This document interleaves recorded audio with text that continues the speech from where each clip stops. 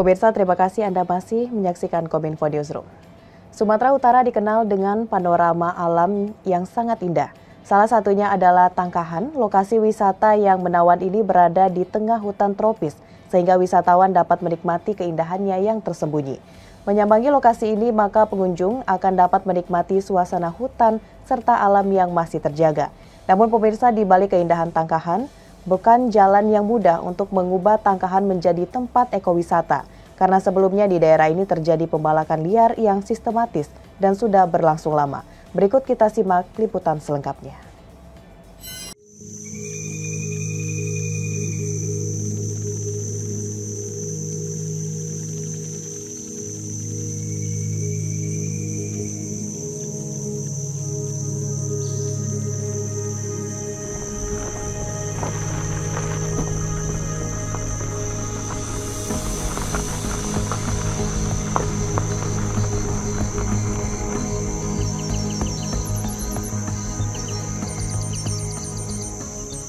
Istilah surga kecil di dunia mungkin tepat disematkan untuk Sumatera Utara karena memiliki keindahan alam yang menakjubkan, memanjakan mata, dan memberikan ketenangan.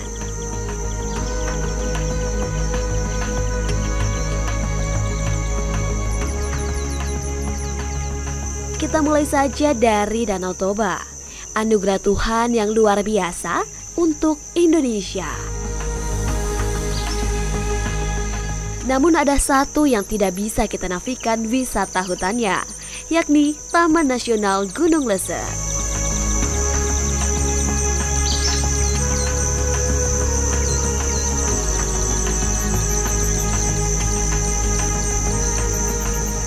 Hamparan embun bak permadani yang menyelimuti saya pagi hari ini tepatnya di Taman Nasional Gunung Leser, Tangkahan, Kabupaten Langkat, atau yang biasa dikenal dengan Hidden Paradise di Sumatera Utara.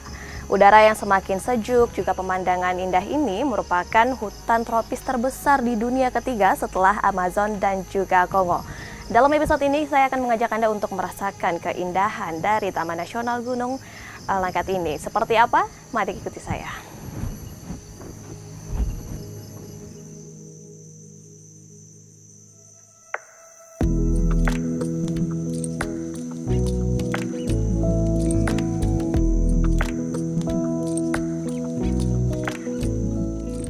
Ekowisata Tangkahan hadir di kawasan Taman Nasional Gunung Leser, Kabupaten Langkat.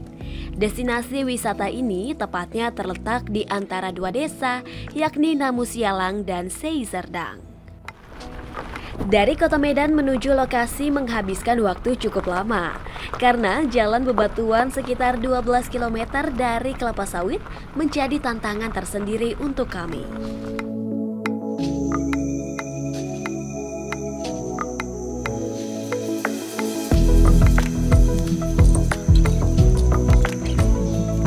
Tangkahan menerapkan konsep ekowisata sehingga kelestarian hutannya masih terjaga.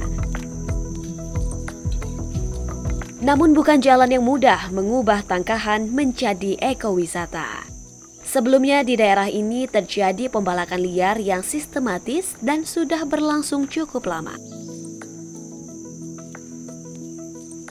Nah, setelah itu desa juga melakukan perdes, artinya kita sudah memang benar-benar secara hukum mau mengubah cara hidup kita daripada penebang hutan menjadi penjaga hutan.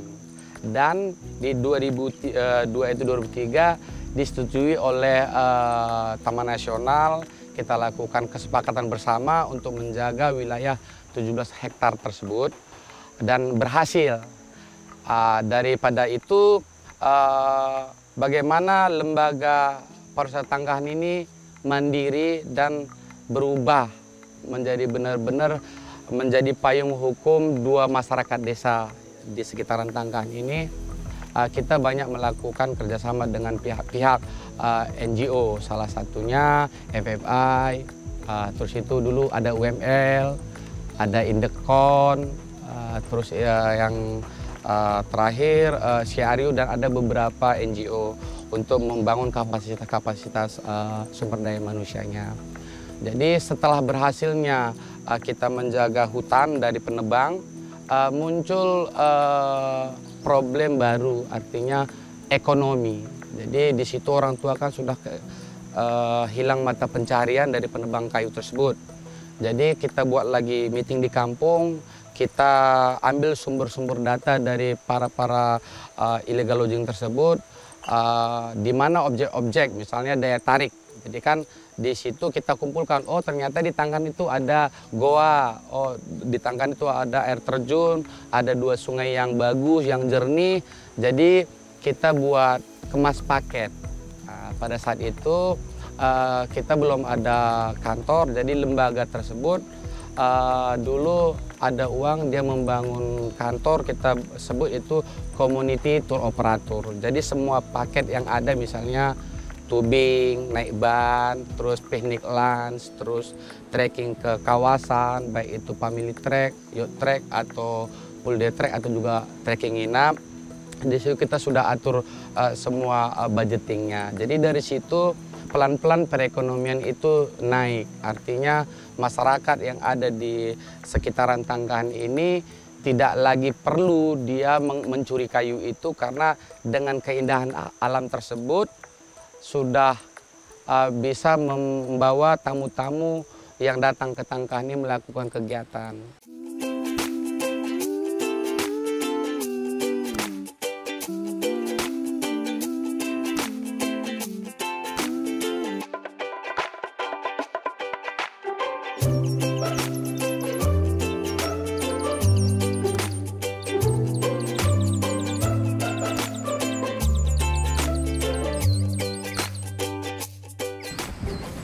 Masih dalam perjalanan di Tangkahan, saat ini saya tengah berada di Jembatan Gantung menuju kawasan sekitar Taman Nasional Gunung Lese.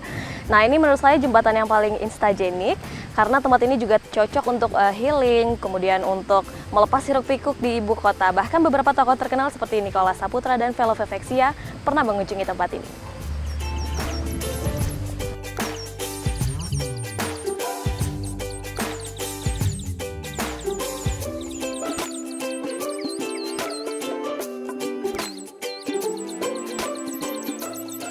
Nah, akhirnya saya sampai pada tujuan yang pertama, yaitu bermain dan mengarungi sungai. Meski tidak mencoba wisata susur sungai seperti tubing, namun saya tetap dapat menikmati keindahan panorama di sepanjang tepi sungai.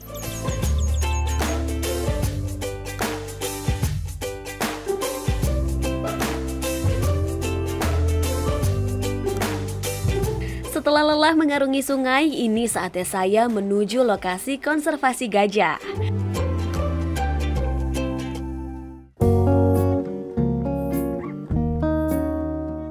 Yap, Anda tidak salah dengar.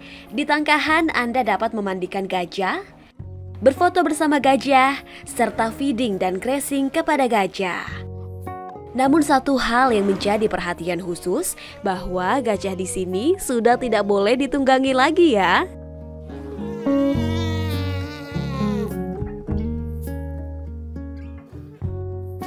Kami meminta maaf atas kelalaian kami selama ini, di mana kami sudah dikomplain oleh Animal Welfare dan Animal Rights, dan kami sangat meminta maaf sekali. Dan sekarang kami sudah berkoordinasi baik dari lembaga, Taman Nasional, CRU, dan PSW. Kita bersama-sama menyikapi masalah tersebut dan memperbaiki sistem promosi kita tentang gajah, baik itu pendampingan wisatanya bersifat Animal Welfare dan Animal Rights. Jadi salah satunya, kalau dulu ada trekking gajah, sekarang kita sudah tutup. Dan sekarang hanya boleh pendampingan tamu yang ingin melihat mandi gajah. Kita mengikuti maut ke dalam hutan ketika dia mengangon gajah. Jadi di situ dari lembaga ada namanya interpreter. Dia akan memandu tamu tersebut untuk melihat bagaimana gajah ini ke dalam hutan di habitatnya sendiri, cara pangannya, bagaimana dia berinteraksi di alam liar, itu yang kita tawarkan.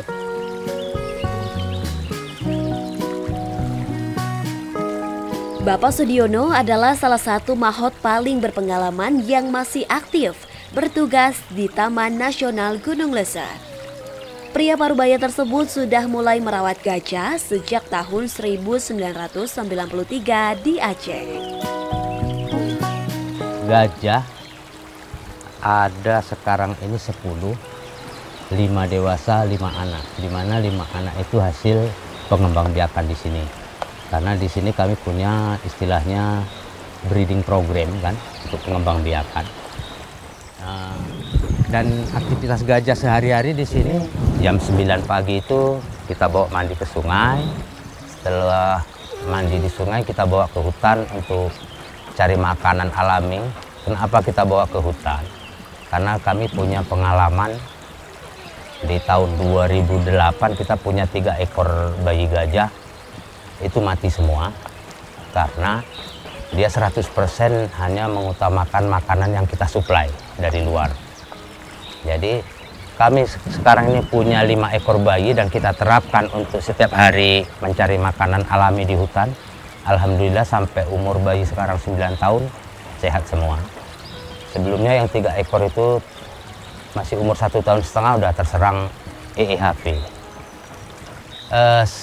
Dari saya masuk di dunia pergajahan lah istilahnya, dari pusat latihan gajah itu, saya udah berpuluh-puluh kali ganti gajah.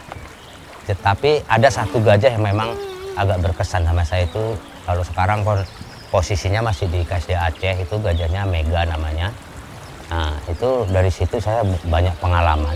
Gara-gara dia juga saya bisa keliling Pulau Sumatera, keliling Pulau Jawa, terus Madura untuk mengadakan atraksi. Kalau kami dulu itu sebenarnya edukasi, memperkenalkan satwa langka kita ke rakyat Indonesia sampai keliling Jawa, Madura, itu sampai 1 tahun baru pulang.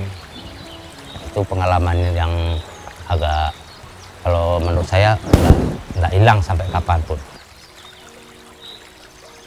Tak hentinya dukungan diberikan masyarakat sekitar untuk menjaga kawasan konservasi dan mendukung perkembangan ekowisata Tangkahan. Masyarakat setempat juga melakukan swadaya kelola produk yang sebagian hasilnya diberikan untuk pemeliharaan gajah. Saya di sini membantu kawan-kawan untuk mempromosikan atau menjualkan barang-barang dari yang mereka karyakan ya. Selain daripada kita membeli di sini, kita juga berdonasi untuk ke gajah ya. Inilah barang-barang yang mereka hasilkan di sini ya kan. Ini seperti gelang-gelang ini memang dari pakis kawat dari hutan alami ya. Harganya di sini mulai dari 10.000, tergantung dari besar, ada yang 20 juga ada yang 25.000. Nah, ini juga kita juga di sini ada carving ya, lukisan bakar. Ini juga kita ada lukisan dari pisau. Ini dari daun lontar ya. Untuk menghitamkannya mereka lebih alami memakai kemiri yang sudah dibakar. Juga ini kita manfaatkan dari limbah sungai. Kan banyak kayu tuh. Mereka bikin seperti ini, orangutan juga, dan ini gajah juga. Harganya sekitar 75-80 juga. Ini dari resinnya. Resinnya terbuat dari getah. Getah kita di sini itu getah dari tusam. Harapan kami di sini ya mudah-mudahan kedepannya lebih baik lagi. Juga nanti banyak pengunjung juga yang datang kemari untuk meningkatkan perekonomian masyarakat kita khususnya di Tangkahan. Manusia kadang lupa, ialah yang membutuhkan hutan untuk terus hidup di bumi ini. Hutan memberikan oksigen untuk manusia, karena itu manusia diberi akal agar dapat melestarikan hutan beserta isinya, hidup berdampingan dengan mereka. Kita dapat memanfaatkan hutan tanpa merusaknya. Masyarakat Tangkahan sudah membuktikannya, bahkan menjaganya dari perusak. Tidak mudah mengubah pola pikir dari perambah menjadi pelestari hutan. Namun kini masyarakat sekitar sudah merasakan manfaat hutan dan melestarikannya dapat meningkatkan kesejahteraan. Jadi tidak ada alasan merusak hutan yang sudah dianugerahkan Tuhan kepada kita. Tangkahan menjadi tempat yang tepat untuk orang-orang yang ingin lebih dekat dengan alam. Mendengarkan kicau burung di pagi hari dengan udara yang segar, menyaksikan dari dekat ekosistem salah satu paru-paru dunia. Tangkahan merupakan tempat healing terbaik yang dimiliki Sumatera Utara. Ayo ke Tangkahan!